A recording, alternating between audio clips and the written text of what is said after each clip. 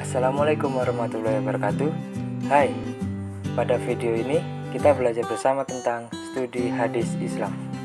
Sebelumnya, perkenalkan, kami dari kelompok 7 akuntansi 3 yang beranggotakan Adib Kamalil Faizal, Muhammad Naufal Azizi, Muhammad Sadi, dan Nabilatul Mufidah.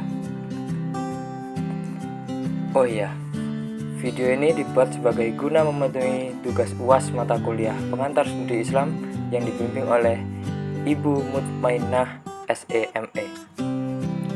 Oke, kita langsung ke materinya. Pengertian al-hadis, as-sunnah, athar, dan hadis qudsi. Apa itu hadis?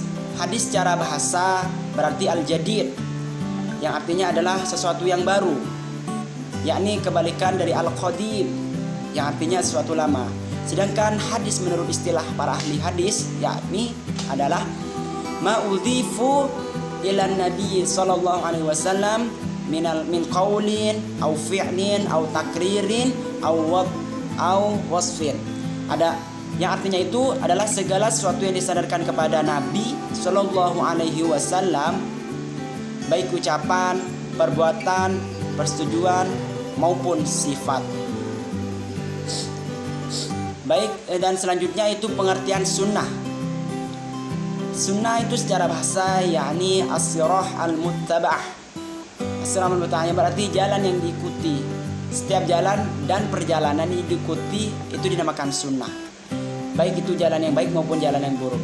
Sedangkan sunnah menurut ahli hadis yaitu segala sesuatu yang dinukil dari Nabi Shallallahu Alaihi Wasallam, baik itu ucapan, perbuatan, sifat fisik, persetujuan, kepribadian maupun perjalanan hidup, baik itu sebelum diutusnya Nabi Muhammad Shallallahu Alaihi Wasallam maupun sesudah diutusnya. Perbedaan antara hadis dan sunnah itu, pertama, perspektif ahli hadis. Hadis adalah sesuatu yang diriwayatkan dari Nabi SAW setelah kenabiannya itu hadis. Sedangkan sunnah pengertiannya itu lebih menyeluruh dan lebih umum, karena sunnah juga mencakup perjalanan hidup Nabi SAW sebelum kenabiannya maupun setelah kenabiannya. Contoh hadis yang pertama hadis qauli, perkataan.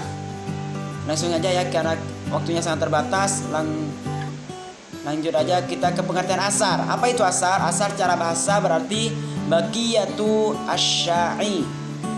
Baqiyatu syai' atau itulah yang berarti sisa dari sesuatu atau jejak.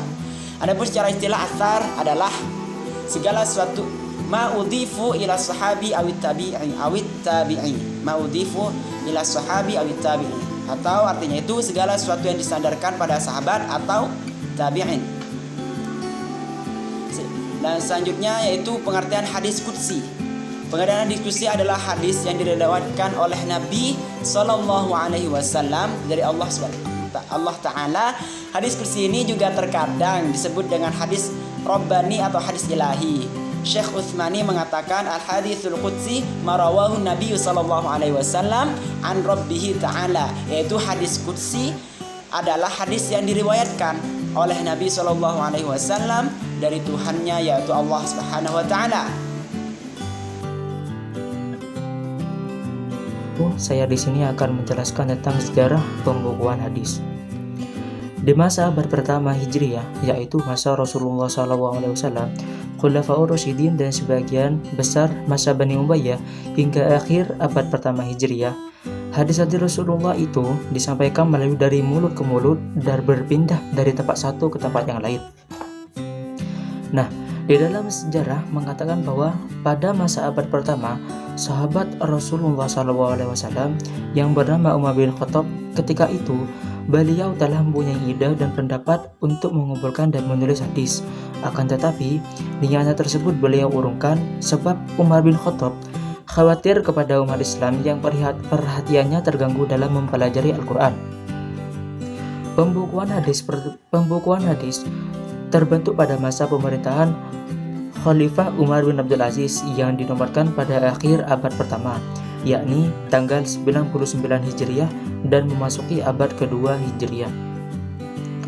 Khalifah Umar bin Abdul Aziz khawatir jika tidak segera dikumpulkan dan dibukukan, kemungkinan hadis-hadis Rasulullah akan lenyap bersama lenyapnya para perawi yang meninggal dunia akibat terjadinya peperangan pada masa tersebut. Fungsi hadis. Sebagai salah satu sumber ajaran Islam, hadis memiliki peran signifikan untuk menjelaskan Al-Quran. Dengan kata lain, kehadiran Muhammad dengan sunnahnya berperan untuk menjelaskan makna atau maksud firman Allah atau Al-Quran, yang sebagian besar masih bersifat global maknanya. Fungsi hadis terhadap Al-Quran selengkapnya telah disampaikan oleh Muhammad Abu Zaud, antara lain: 1. Menegaskan kembali hukum-hukum yang sudah diterapkan di Al-Quran. Di sini, hadis seakan-akan hanya mengulangi ketetapan Al-Quran, sehingga hukum itu memiliki dua sumber rujukan dan atasnya terdapat dua dalil, yakni Al-Quran dan hadis. Adapun fungsi hadis berikutnya adalah memberikan penjelasan arti yang masih samar dalam Al-Quran, atau memberikan rincian terhadap apa yang disebutkan dalam Al-Quran secara garis besar. Dan satu lagi fungsi dari sunnah terhadap Al-Quran adalah menetapkan suatu hukum yang tidak disebutkan di dalam Al-Quran secara tegas. Dalam hal ini, seolah-olah Nabi menetapkan hukum sendiri. Namun hakikatnya bila diperhatikan secara seksama, apa yang ditetapkan oleh Nabi itu adalah penjelasan terhadap apa yang disinggung oleh Allah di dalam Al-Quran, atau memperluas apa yang disebutkan oleh Allah secara terbatas. Model-model penelitian hadis. Sebagaimana halnya Al-Quran, hadis pun telah banyak diteliti oleh para ahli. Bahkan dapat dikatakan penelitian terhadap hadis lebih banyak kemungkinannya dibandingkan penelitian terhadap Al-Quran. Langsung saja pada model penelitian yang pertama, yaitu model penelitian dari Quraisy Shihab.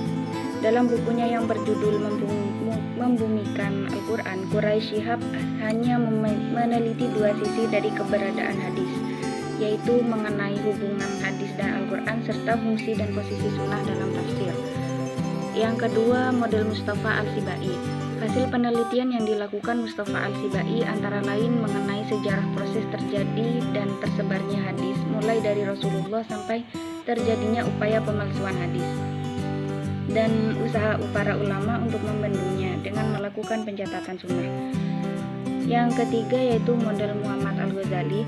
Penelitian yang dilakukan Muhammad Al-Ghazali termasuk penelitian eksploratif, yaitu membahas, mengkaji, dan menyelami sedalam-dalamnya berbagai persoalan aktual yang muncul di masyarakat untuk kemudian diberikan status hukumnya dengan berpijak pada konteks hadis tersebut. Yang selanjutnya model Zain Al-Din Al-Abdurrahim Al-Husain Al-Irki, tergolong ulama generasi pertama yang banyak melakukan penelitian terhadap hadis. Penelitiannya bersifat penelitian awal, yaitu penelitian yang ditujukan untuk menemukan bahan-bahan untuk digunakan membangun suatu ilmu. Selanjutnya model penelitian lainnya yaitu model penelitian hadis yang diarahkan pada fokus kajian aspek tertentu saja. Mungkin sekian penjelasan dari saya, kurang lebihnya mohon maaf. Wassalamualaikum warahmatullahi wabarakatuh. Oke, sekian dari kami. Mohon maaf jika ada kesalahan, dan wassalamualaikum warahmatullahi wabarakatuh.